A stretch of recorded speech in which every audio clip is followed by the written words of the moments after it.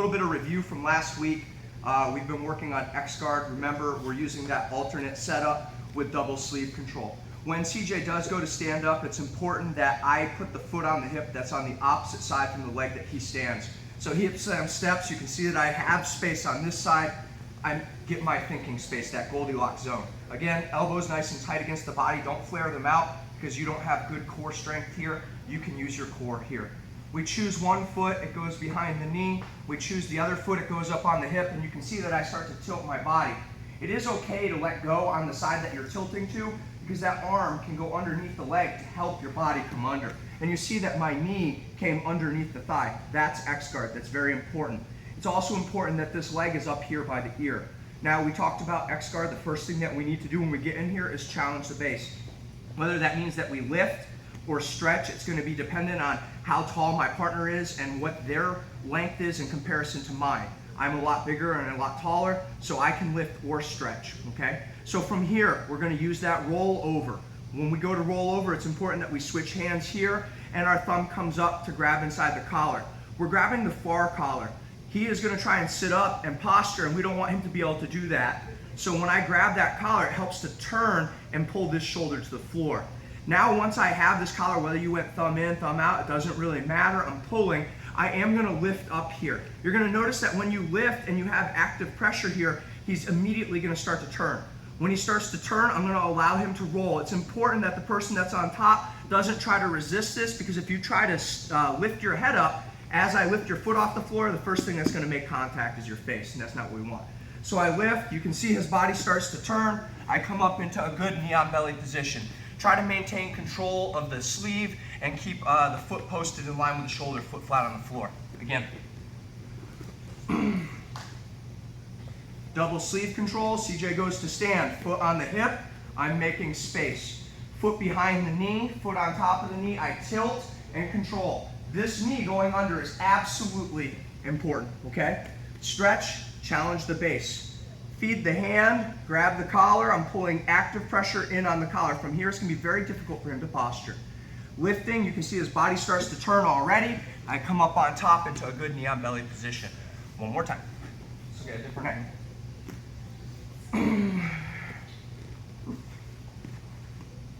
Goldilocks.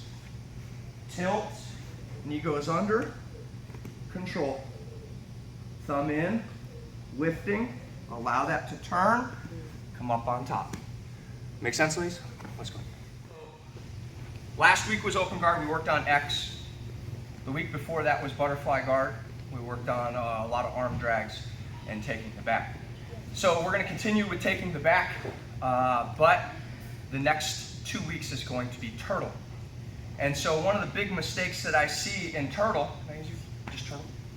is that people will come up and try to put this far hook in, or they put the near hook in and then they come up on top. This is a problem. So we're gonna look at how to set that inside hook. The inside hook is important, but we're not gonna bring the second hook up and over. Seeing we're coming out of X-Guard, let's look at a real time how it might work out. So we're gonna use our same X-Guard entry. Control, foot, Goldilocks.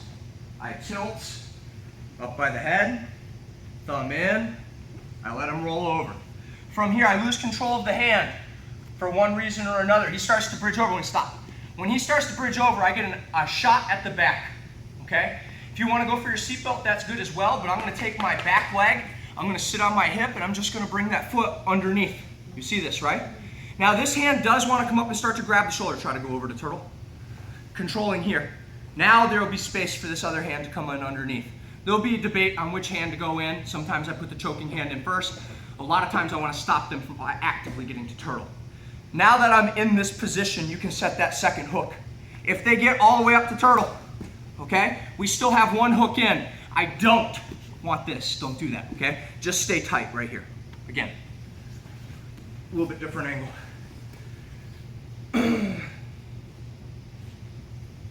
Double sleeves, he stands, Goldilocks, right? We're tilting under and control. Thumb in the collar, lift and stretch, I roll him over. So from here, I get to dictate when I go to the back, right? Because I'll let go of this. He starts to bridge over. On my hip, my bottom hook comes in, controlling the shoulder. He still tries to go to turtle. Under, nice and tight. One more time.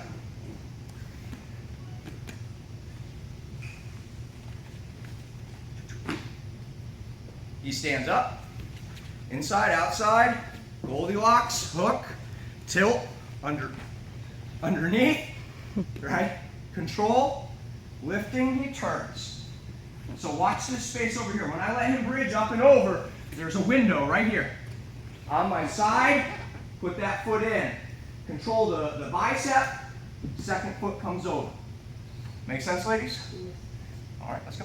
Start in side control, we're going to do the same thing. So instead of rolling up, we're going to give you an opportunity to really focus on that space being created here. Now, I'm not making that space. He's making that space. So what that means is it's a window of opportunity. There will be times, just like in grappling, where you go, I should have put my foot in that hole, and it's gone.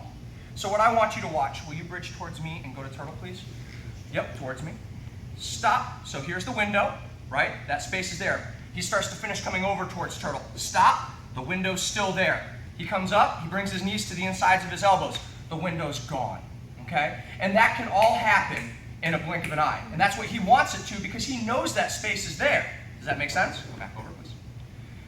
So what you're gonna do is you're going to stay a little bit loose. You're gonna find that when you're very tight, it's more difficult to arrange your body, and we're gonna start playing tight in a few minutes. But at first, I want you to be able to see where that space is coming and have the mobility of your hips. And if you leave a lot of space, you'll have more mobility in your hips, okay? So I'm here, and he's gonna slowly, 20 to 30% bridge away, leaving a pocket here. So if you bridge away, he goes up, I put that hook in, I'm nice and tight, Again. Oopa. So I'm here, he bridges up and over, I sit, I put that in, right? And then you can communicate, hey, I want you to go just a little bit faster here. He goes up and over, nice and tight. One more time. You can go full speed here, right? So when it looks good is when the timing is perfect. If your timing's off just a little bit, you either kick the floor, you kick their hip. What happens if you don't get it? You just move on, right? They get to turtle. If I come in and I go for it and I miss it, it's okay. I'm still in turtle. Does that make sense? All right, ladies, let's go. We should kick the hip or the back, not the legs. If while you transition in, you're kicking the legs, it means that your knee is by the ribs. Okay, so what I see is that your body is here. When he starts to go up, oh, my stupid legs are too long, right? This lets me know that my knee was in the wrong place. So what I want you to do is make sure that when you're in side control, the hook that's coming in is the one that's closest to the head. And so you want your knee all the way up here by the shoulder. So when I come in here, when he starts to turn over, you can notice even with my huge monster legs that that hook is right there. You see what I'm talking about? So if I mess it up, the timing should be I kick the back or I kick his arm. Come back. So I'm here, he starts to go up, my knee comes up by the shoulders, right into the back. Does that make sense? So make sure your knee enters shoulder, you'll sit on your hook and put it in. All right, let's go, ladies. All right. So same entry, remember our knee is up. If you want to start getting closer and closer with your body, that's a good idea, okay? So I'm here, he starts to bridge over, we put the hook in. Now, we've been lied to. We've been told a lot of times that once you get one hook in, that's 50% of the way to the back. And that's not necessarily true. Because of the spacing here, come all the way up to turtle, please. With my leg in as deep as it comes from this grip, if you see me trying to come up over the back, you're going to notice that my pelvis doesn't come to the middle back. It actually only comes out here to the cheek. So people think, oh, well, this is one hook, the second one's going to come in. But even if he doesn't resist me, turn please. Even if he doesn't resist me, a lot of times I won't have the space to come up. Does that make sense? Or put that second hook in. So instead of coming up, in which case if I do that, he rolls to half guard on this side, that's a problem. So instead of coming up and trying to set the hook, I am going to come up on this knee nice and tight. I will reach under, get a hold of this lapel, and I'm going to drop my elbow on the back. This has locked him into the position.